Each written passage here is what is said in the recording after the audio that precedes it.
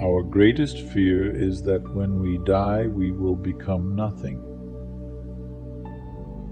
Many of us believe that our entire existence is only a lifespan beginning the moment we are born, or conceived and ending the moment we die.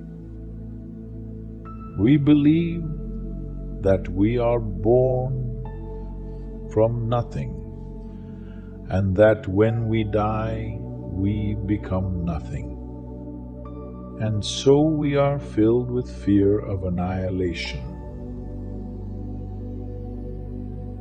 The Buddha has a very different understanding of our existence. It is the understanding that birth and death are notions. They are not real. The fact that we think they are true makes a powerful illusion that causes our suffering. The Buddha taught that there is no birth, there is no death, there is no coming, there is no going, there is no same, there is no different, there is no permanent self, there is no annihilation. We only think there is. When we understand that we cannot be destroyed, we are liberated from fear. It is a great relief, and we can enjoy life and appreciate it in a new way. The same thing happens when we lose any of our beloved ones. When conditions are not right to support life, they withdraw. If you know how to look deeply, you have a chance to realize that his or her nature is truly the nature of no birth, no death. There is manifestation, and there is the cessation of manifestation in order to have another manifestation. You have to be very keen and very alert in order to recognize the new manifestations of just one person. But with the practice and with effort, you can do it. So, taking the hand of someone who knows the practice, together do walking meditation. Pay attention to all the leaves, the flowers, the birds, and the dewdrops. If you can stop and look deeply, you will be able to recognize your beloved one, manifesting again and again in many forms. You will again embrace the joy of life. A French scientist whose name is Lavoisier declared, "Nothing is born, nothing dies." Although he did not practice as a Buddhist but as a scientist, he found the same truth the Buddha discovered. Our true nature is the nature of no birth and no death. Only when we touch our true nature can we transcend the fear of not-being, the fear of annihilation.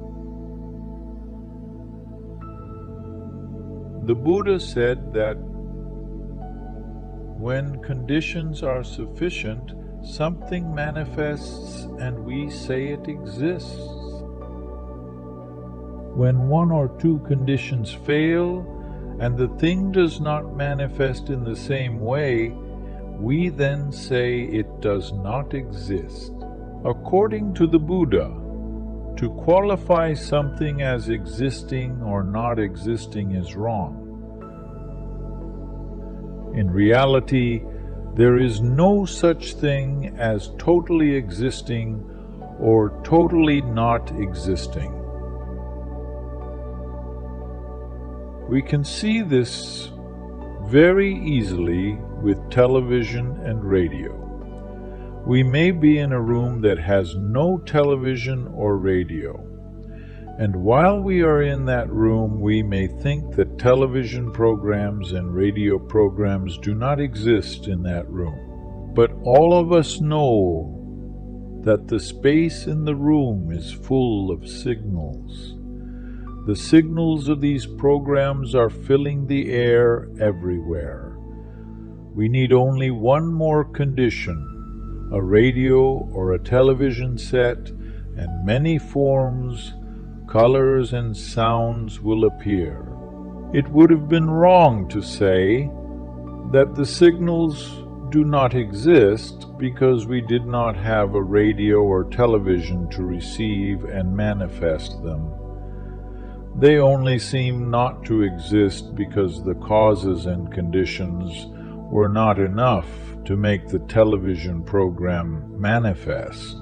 So, at that moment in that room, we say they do not exist. Just because we do not perceive something, it is not correct to say it does not exist. It is only our notion of being and non-being that makes us confused. It is our notion of being and non-being that makes us think something exists or something doesn't exist. Notions of being and non-being cannot be applied to reality. It is like the notion of above and below. To say they exist is also wrong. What is below for us is above for someone else somewhere else. We are sitting here and we say that above is the direction over our head, and we think that the opposite direction is below. People practicing sitting meditation on the other side of the world would not agree that what we call above is above because for them it is below. They are not sitting on their heads. The ideas of above and below always mean to be above something or to be below something, and the ideas of below and above cannot be applied to the reality of the cosmos.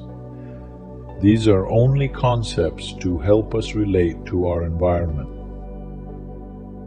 They are concepts that give us a point of reference, but they are not real.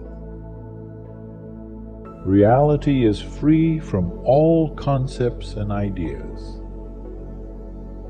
If you don't escape, if you allow the suffering to be there, if you are ready to face it, if you are not trying somehow to forget it, then you are different.